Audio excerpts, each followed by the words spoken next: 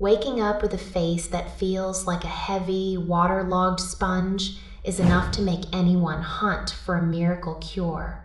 Lately, my social media feed has been a relentless parade of people gliding a soft bristle tool across their jawlines, claiming it can detoxify their entire existence. They call it a lymphatic face brush. And while the visuals are incredibly soothing, we need to peel back the layers of marketing gloss to see what is actually happening under the skin. The concept of lymphatic drainage is not some made-up internet trend. It is a legitimate technique that massage therapists have used for a long time to help move fluid along. If you wake up with that classic morning puffiness, moving that stagnant fluid around can genuinely make a visible difference in how sharp your jaw looks for an hour or two. The brush itself is quite soft and feels like a gentle caress. It is a pleasant way to help your expensive serums sink in deeper than they would otherwise. If you spend a few dollars on it, you are getting a nice sensory experience. However, the word detox is where the marketing machine starts to overreach.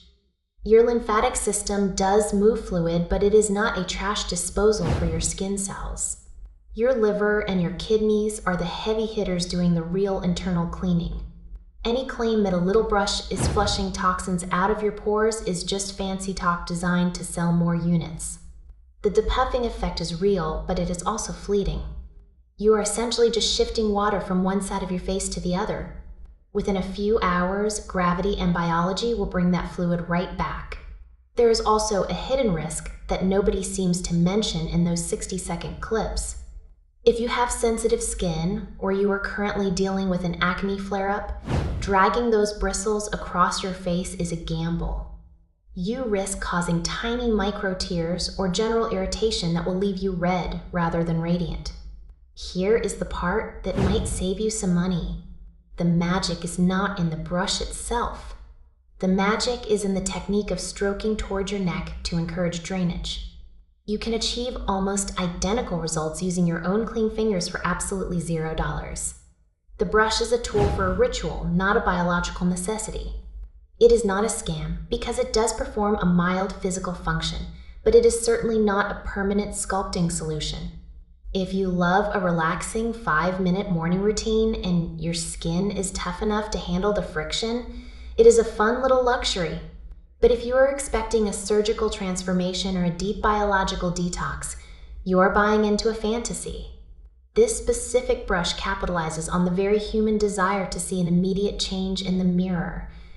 When you see someone go from puffy to snatched in 30 seconds, it triggers a response in your brain that says, "I need that." But video editing and lighting play a huge role in those transformations. Real skin has texture. Real fluid takes time to move, and real results are rarely as dramatic as a high-definition filter makes them out to be. If you choose to buy one, do it for the relaxation and the habit of self-care. Do it because you enjoy the way the bristles feel against your temples after a long day.